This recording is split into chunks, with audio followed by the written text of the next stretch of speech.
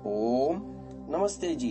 98वीं श्रव्य कणिका श्रीमद् वाल्मीकि रामायणम पुस्तक के अनुवादक संपादक टिप्पणी करता है परमहंस स्वामी जगदीश्वरानंद जी सरस्वती। पुस्तक प्रकाशित की गई है विजय कुमार गोविंदराम हसानंद नई दिल्ली द्वारा।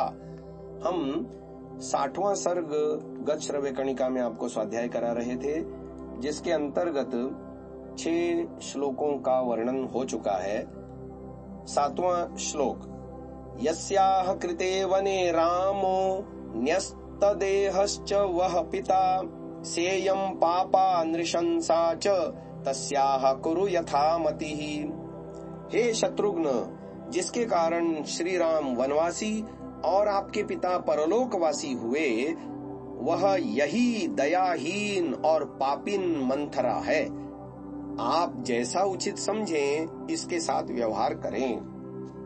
8वां श्लोक, एवं मुक्तास्तु ते नाशु सखी जन समावृता गृहीता बलवत् कुब्जा सा तद्गृह मनादयत्। द्वारपालों के ऐसा कहने पर शत्रुघ्न ने सखियों से घिरी हुई उस कुब्जा को ऐसे जोर से पकड़ा कि उसके चीत्कार से सारा भवन निनादित हो उठा। 9वां श्लोक, सचरोषेण ताम राक्षः शत्रुघ्नः शत्रुतापनः विचकर्ष तदा कुब्जाम क्रोशंतीम धरणी तले। शत्रुओं का मान मर्दन करने वाले शत्रुघ्न लाल लाल आंखें किए हुए चीत्कार करती हुई कुब्जा को भूमि पर पटक कर इधर उधर घसीटने लगे। 10वां श्लोक, ताम प्रेक्ष्य भरतः क्रुद्धम शत्रुघ्नम इदम अब्रवीत अवध्याः सर्वभूतानां प्रमदाः क्षम्यतामिति। शत्रुघ्न को कुपित देख भरत बोले, हे तात, प्राणी मात्र के लिए स्त्रियां अवध्य हैं, अतः तुम इसे क्षमा कर दो। 11वां श्लोक, हन्यामहमिमां पापां कैकेयीं दुष्टचारिणीं यदि मां धार्मिको रामो नासूयेन मातृघातकम्। यदि स्त्रियां अवध्य न होती और धर्मात्मा राम मुझे मातृघाती समझकर मुझसे घृणा न करते, तो मैं इस अक्षम्य अपराध करने वाली दुष्टा कैकेयी को कभी का मार डालता। 12वां श्लोक, इमामपि हतां कुब्जां यदि जानाति राघवः त्वां च मां च हि धर्मात्मा नाभिभाषिष्यते ध्रुवम्। यदि राम को कुब्जा के मारे जाने का पता चल गया तो वे धर्मात्मा हम दोनों से बात भी नहीं करेंगे। 13वां अंतिम श्लोक, भरतस्य वचः श्रुत्वा शत्रुघ्नो लक्ष्मणानुजः न्यवर्तत ततो रोषत् तां मुमोच च मंतरहाम्। भरत के इन वचनों को सुनकर लक्ष्मण के छोटे भाई शत्रुघ्न का क्रोध शांत हुआ और उन्होंने मंत्रा को छोड़ दिया। यहाँ पर 60वां सर्ग समाप्त हुआ। अथ 61तमः सर्गः, 61वें सर्ग का शीर्षक है यात्रा के लिए मार्ग शोधन। प्रथम श्लोक, ततः प्रभात समये दिवसे च चतुर्दशे समेत्य राजकर्तारो भरतम वाक्यम अब्रुवन्। 14वें दिन प्रातः काल सब मंत्रीगण मिलकर भरत जी के पास आए और उनसे कहने लगे। द्वितीय श्लोक, गतो दशरथः स्वर्गम यो नो गुरुतरो गुरुः रामं प्रव्राज्य वै ज्येष्ठम लक्ष्मणं च महाबलम। हमारे पूज्यों के भी पूज्य महाराज दशरथ अपने ज्येष्ठ पुत्र राम और महाबलवान लक्ष्मण को वन में भेजकर स्वयं स्वर्गवासी हो गए हैं। तृतीय श्लोक, त्वमद्य भवनो राजा राजपुत्र महायशः अभिषेचय चात्मानं पाहि चास्मान्नरर्षभ। हे महायशस्वी राजकुमार, अब तुम हमारे राजा बनो। आप अपना राज्याभिषेक कराकर हम सबका पालन करो। चौथा श्लोक, भरतस्तं जनं सर्वं प्रत्युवाच धृतव्रतः ज्येष्ठस्य राजता नित्यं उचिता ही कुलस्य नः। तब व्रतधारी भरत जी उन सब लोगों से बोले, देखिए, हमारे कुल में सदा से ही ज्येष्ठ राजकुमार का राज सिंहासन पर बैठना उचित माना गया है। 5वां श्लोक। नैवं भवन्तो माम वक्तुम अर्हन्ति कुशला जनाः रामः पूर्वो हि नो भ्राता भविष्यति महीपतिः अहं त्वरण्ये वत्स्यामि वर्षाणि नव पंचच। आप जैसे कुशल एवं व्यक्तियों को मुझे आदेश नहीं देना चाहिए। श्री राम हमारे ज्येष्ठ भ्राता हैं, वे ही हमारे सम्राट होंगे। उनके स्थान में मैं 14 वर्ष वनवास करूंगा। 6वां श्लोक। युज्यताम महती सेना चतुरंग महाबला आनयिष्याम्यहं ज्येष्ठम भ्रातरम राघवम वनात्।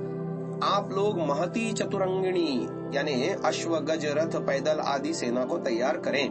मैं रघुकुल शिरोमणि ज्येष्ठ भ्राता राम को लौटा लाऊंगा। 7वां श्लोक। क्रियताम शिल्पिभिः पंथाः समानि विषमानि च रक्षिणश्चानुसंयान्तु पथि दुर्ग विचारकाः। मैं आज्ञा देता हूँ कि सड़कों की मरम्मत करने वाले कारीगर लोग आगे जाकर ऊंची नीची भूमि वाले मार्ग को ठीक करें। उनके पीछे रक्षक और दुर्गम मार्ग के शोधक भी जाएं। 8वां श्लोक। अथ भूमि प्रदेशज्ञाः सूत्रकर्म विशारदाः कर्णैर्विविधोपेतैः पुरस्तात् संप्रतस्थिरे। भरत जी के आज्ञानुसार भूमि प्रदेश के जानने वाले भूमि के नापतोल करने में दक्ष लोग फावड़े कुदाल आदि उपयोगी सामान लेकर आगे आगे चले। 9वां श्लोक। लतावल्लिश्च गुल्मांश्च स्थाणुनश्मन एव च जनास्ते चक्रिरे मार्गम छिन्दन्तो विविधान द्रुमान। ये लोग मार्ग को ठीक करने के अभिप्राय से लता वल्ली झाड़ ठूंठ पत्थर और अनेक प्रकार के वृक्षों को जो मार्ग में पड़ते थे कूट काट कर रास्ता बनाते जाते थे। 10वां श्लोक। अवृक्षेषु च देशेषु केचिद् वृक्षान् रोपयन् केचित् कुठारैश्टङ्कैश्च दात्रैश्छिन्दन् क्वचित् क्वचित्। जिस प्रदेश में वृक्ष नहीं थे वहां पर उन लोगों ने वृक्ष लगाए और कहीं कुल्हाड़ियों से वृक्षों को काटा, कहीं कहीं टांकियों से पत्थरों को तोड़ा और कहीं हंसुओं से लताओं को काटा। 11वां श्लोक। अपरे वीरणस्तंभान् बलिनो बलवत्तराः विधमन्ति स्म दुर्गाणि स्थलानि च ततस्ततः।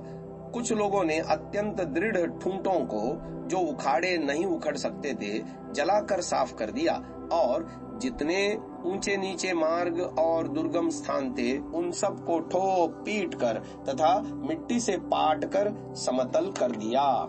12वां श्लोक। अपरे पूरयन् कूपान् पांसुभिः श्वभ्रमायतम् निम्न भागांस्ततः केचित् समांश्चक्रुः समन्ततः। कुछ लोग मार्ग में आने वाले कूपों और गड्ढों को मिट्टी से पाटते और नीची भूमि को मिट्टी से भरकर बराबर करते चले जाते थे। 13वां श्लोक। ससुधा कुट्टे मतलः प्रपुष्पित महीरुहः मत्तोद्घुष्ट द्विजगणः पताकाभिरलंकृतः। उन शिल्पियों ने सेना के जाने के मार्ग को चूने की गचों से ठीक कर दिया। सड़क के इधर उधर विकसित फूलों वाले वृक्ष लगाए गए। सड़कों के दोनों ओर पताकाएं सुशोभित हो रही थीं और पक्षीगण मस्ती में आकर चहचहा रहे थे। अंतिम 14वां श्लोक है। चंदनोदक संसिक्तो नाना कुसुम भूषितः बहुवशोभत सेनायाः पंथाः सुरपथोपमः। चंदन के जल के छिड़काव और नाना प्रकार की फूली हुई लताओं के से सेना का वह मार्ग देव मार्ग की भांति शोभायमान था।